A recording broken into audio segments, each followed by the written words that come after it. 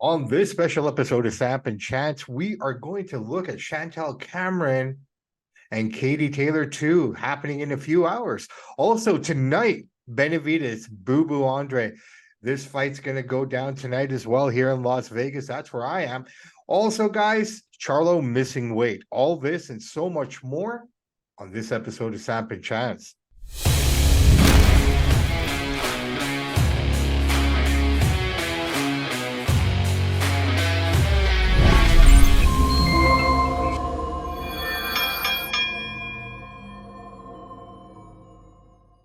Hey, everybody. Welcome back to another special episode of Samp&Chance. I am your host, Bobby Sampson. My man, Mr. Chance Michaels with the master plan from Vancouver. I'm in Vegas. Chance, how are you, buddy? I'm doing good. How's Sin City? Sin City is cold a little bit, to be fair. I have a winter slash spring jacket, which has basically kind of been really good to have here. Daytime's okay, but to be completely honest, the nights are pretty chilly. Gets down to about 2 or 3. 5, 6, yeah, but it's cold. And with that little breeze as well, it is what it is. But hey, no complaints. We're here. You're lucky, man. You're in beautiful city. Yeah, no, we were there for the weigh-ins yesterday. Pretty cool. Huge turnout for that. So yeah, things are looking up. Excited for tonight. But before we get into that, brother, why don't we talk about Chantelle Cameron, Katie Taylor Part 2, which will probably be happening in the next couple of hours as we're recording this. So yeah, let's get the ball rolling. What do you have on this, brother man? What are your thoughts? Well, it's round 2. I'm looking at the odds. Always I look at the odds because you're an indicator of who the favorites are. And these guys are sharp. They break it down. Right now they have Chantelle Cameron as a slight favorite. 2-1 favorite. Katie Taylor at plus 150. So $100 on Katie Taylor will win you 150 back. So basically it's almost a pick 'em fight. It's 60-40 in favor of Chantelle Cameron. Part 2, it's on DAZN for free. If anybody has the DAZN subscription to that, check it out. I don't know. It's going to be a close fight. I give the edge. I think Chantelle Cameron is going to win a close fight by decision, split decision. I don't see anybody getting knocked out in this fight. Yeah, that's what I think so far. What do you got? Well, here's what I look at. I look at the first fight as well, right? I mean, everyone, Katie's homecoming back home and whatnot. Yeah. And sure enough, they're doing it in Dublin again, which I thought was kind of interesting. I thought maybe get away from there, just fight somewhere else, not have all that pressure on you. Katie is known to kind of damage and do as much as she can and win those early rounds and then kind of, just work at it after that. But Chantelle didn't allow that to happen. She kind of dominated that first fight. Regardless of what people think, that's my opinion. I just don't think that Katy Perry could get anything off. I don't think Katy Perry was able to kind of establish any kind of rhythm. Katie Taylor, not Perry. Or sorry, Katie Taylor. Sorry, my bad. Katy Perry's a famous singer. I know what you mean. You know what? I'm looking out the window here and there's this thing that showed a Katie. Anyways, yeah, but Taylor, I think age has caught up with her a little bit. Yeah, well. Absolutely. And I just believe that, she said she wasn't at her best. Chantelle said she wasn't at her best. So if both of them are coming in at their best and this is what they look like not at their best, I think it's going to be a long night for Taylor. Not to take anything away from her. I just think Chantelle knows the code. You know what I mean? She knows how to play this. So I think it's going to be a decision. I don't think it's going to be an overly exciting fight. Maybe it will be. No. But I go in the direction of Chantelle, man. I just think she's got it. I think she knows the formula. You just hold her down. You don't let her establish anything. You don't let that rhythm go, right? So yeah. Okay, he's got to come out guns a-blazing and avenge that loss. This will be a big, big hurt overall in her career. She loses again, back to back. So she needs this win bad, and maybe hopefully she has a new game plan. She's trained harder. I mean, every time a fighter loses, they always say we weren't at our best. We weren't at our best. But if they win, they say they were. So it's a lot of excuses. No excuses today. It's your second chance. If you lose again, and Cameron's a better fighter, and see what happens from there. But yeah, I got Cameron split decision. So on DAZN, if you have it for free, check it out. There you go, brother man. This round is officially over. All right, let's get right into round number 2 as time is of the essence here. Brother man, I tell you what, the energy is great out here in Vegas. It's a lot of fun. I think, This is going to be a fun night. I think we're looking at a fun night of fights, and I'm talking about the David Benavides, Demetrius Andre, main event, the Charlo against Junior. The whole card is really good, brother, man. Honestly, You know, something that stood out to me. I've been listening to all these experts and stuff. So some people, Teddy Atlas guys, are calling him Demetrius Andrade. Some will call him Andrade. I don't think Amy knows how to say his name because everybody has 3 different names for the guy. So I don't know what he calls himself, but I've been noticing that with all the boxing shows, everybody has a different way to pronounce his last name. Thought I'd yeah, point that one. we'll just call him Booboo. I think Yeah, that's yeah, yeah. I'm just saying. right. We'll just go with Booboo. Let's look at that fight right off the bat. We're looking at let me just bring up my numbers here. David Benavidez coming in at 167. Demetrius came in at 167, so pretty even there. We're looking at a 27-0 David Benavidez with 23 KOs against a 32-0. So someone's going to lose their L here or O There's tonight. one thing I've heard nobody talk about yet. None of the experts. The youth difference here. Andrade or Booboo, whatever you want to call him, is 35. David is 26. It's a 9-year age gap. That's a very significant amount of time. You got the old man fighting the young, hungry, up and coming kid. They're both undefeated. The thing about Booboo is he's got a boring style. His fights are boring. He's very defensive. And Benavidez come forward and maul you, put the pressure on you. So I think we're going to see a different Booboo tonight. I think he's going to come a little more forward. He's not going to be intimidated by Benavidez at all. And it's a heavy favorite. Benavidez 4-1 favorite. Andrade is a 3-1 underdog. So $100 will pay you $300. I don't see Benavidez finishing him. I think nobody's finished Booboo yet. And I don't see Benavidez starting that trend tonight. I think Benavidez is going to win a decision, but everybody's predicting the knockout. I just don't see that happening. I think Booboo's two game of a fighter, and he could actually win this fight. I think it's going to be close, a lot closer than people are saying. I have Benavidez for the win, but it's going to be a tight fight. I don't think it's going to be Benavidez finishing him. That's my take. What do you got here? All right, you've given me 40 seconds to play with. So here's what I'm going to do really quick. Walking around, talking to people, this is what I'm hearing. He's got pillow hands. He's got pillow hands, this and that. All right, so fair enough. Here's what I look at. When he was at 168 the first time, he didn't look that great. Yeah, he got the win, but he didn't look great. So maybe having that experience under his belt, that's going to help him a little bit. Booboo, very much like Katie Taylor, likes to get those early rounds in, right? So I'm sure David's aware of that. So I think he needs to weather that storm in the first 4 or 5 rounds. If he can get past that, I think David finishes him in the 11th round, man. I just have a feeling he's going to knock him out. I think this is a mission statement.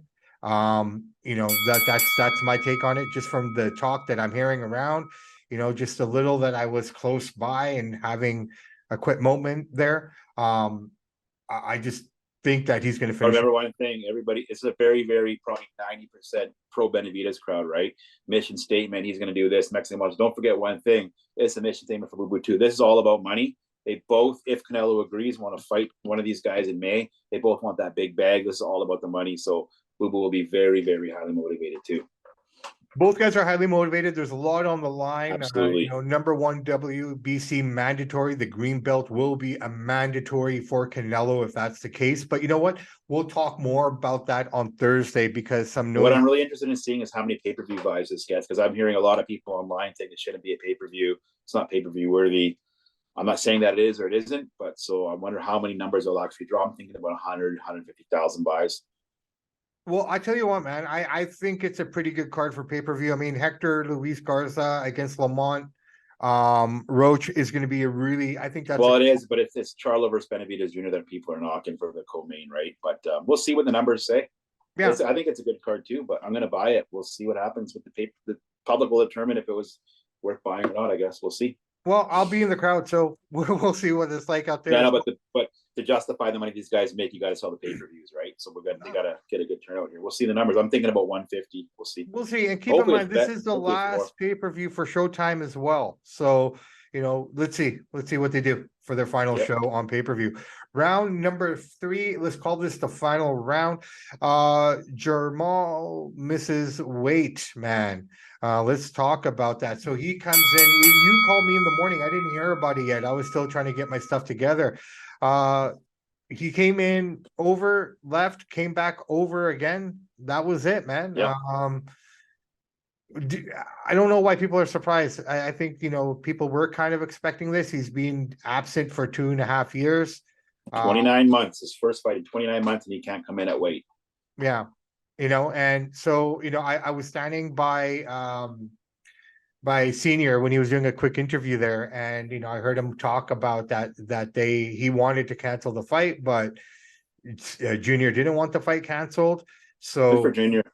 well, I mean, they're going ahead with it. I think Junior's also in a position as well, and you know, nothing but mad love and respect to Junior, but the big fights are limited for him because he's an older fighter as well, right? I mean, Actually, funny, Charlo's actually 33, Junior's 31. Charlo's actually the older man in this fight. He fights way less, so people think Charlo's a young stud. Actually, he's 33.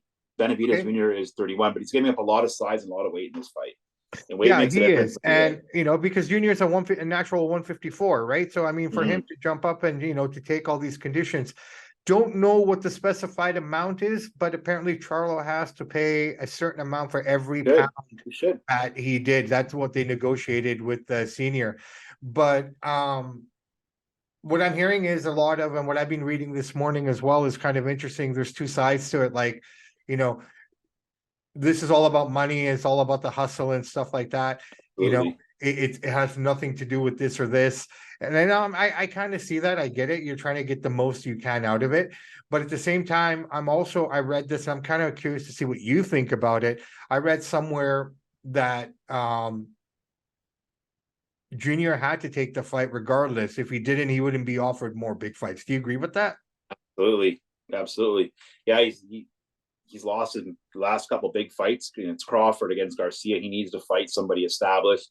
Charlo's got a big name, so good for Junior for not backing out of the fight. If he did, we couldn't criticize, nobody else could, because Charlo didn't make the weight. So Junior's a tough guy. You know, he's a great guy. He's a massive underdog in this fight. Charlo is a 7-1 favorite. They're giving Junior no respect. They're basically saying Charlo's going to walk him around, sparring session, beat the crap out of him. I don't think so. Junior will go down swinging, but hats off to him for stepping up. And a lot of guys would have just backed out of the fight.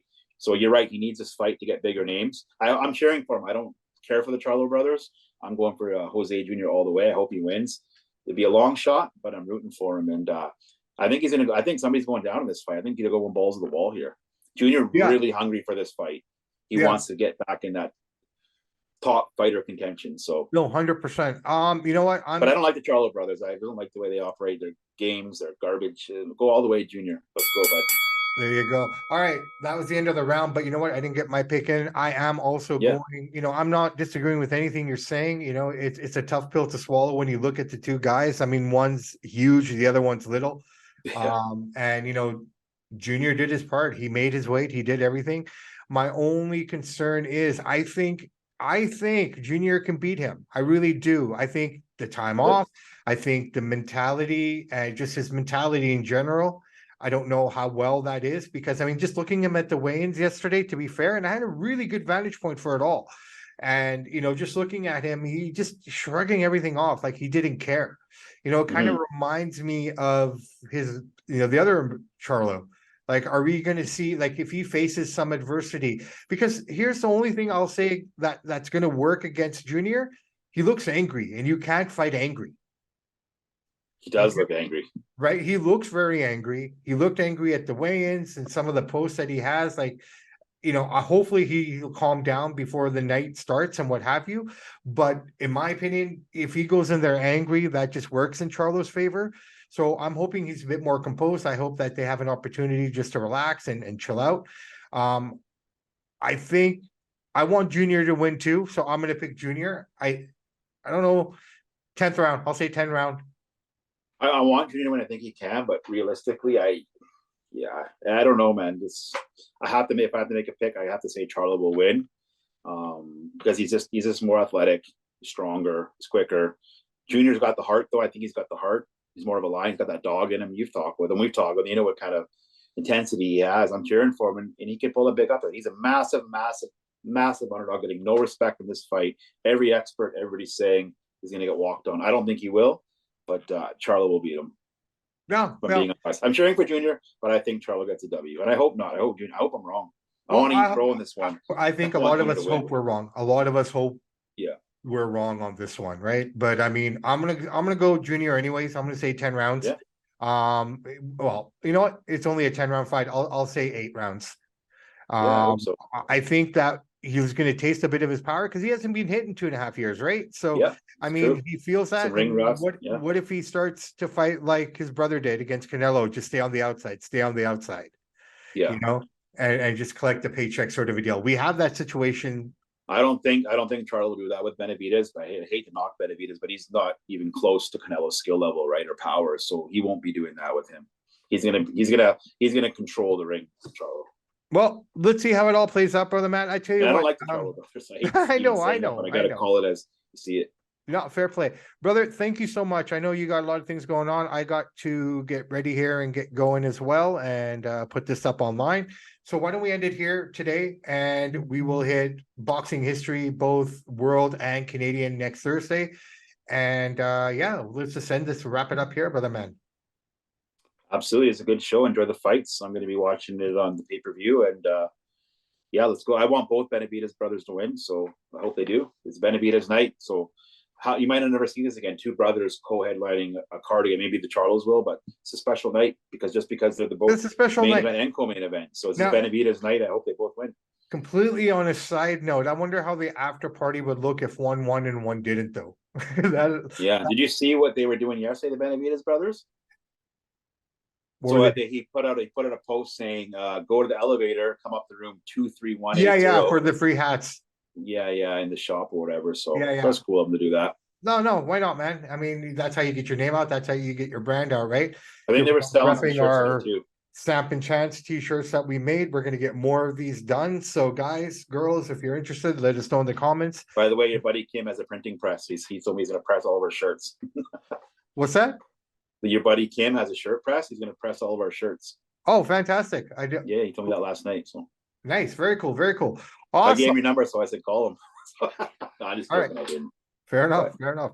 All right, brother man. Have a blessed rest of your weekend. Yeah, enjoy the show. We'll be back in town tomorrow and we'll touch base. And I guess I'll probably see you before that anyways. So on that note, my name is Bobby Sampson. I am joined with my man with the master plan in Vancouver, Mr. Chance Michaels. And in the words of the great AC/DC, those that download, like, and subscribe and order the pay-per-view tonight, we salute you. We do salute you. We will send more videos and pics. Check out our Instagram, our TikTok, our YouTube. Oh yeah, before we wrap this up, share with everybody who you've ran into so far. They didn't see any of the social media posts. Yeah, I have run into Zab Judah. I had a moment cool. with him. Started planting some seeds with him to hopefully get him onto the show here as well. We also did, I did a quick 4 to 5 minute hit with the great Stitch Duran.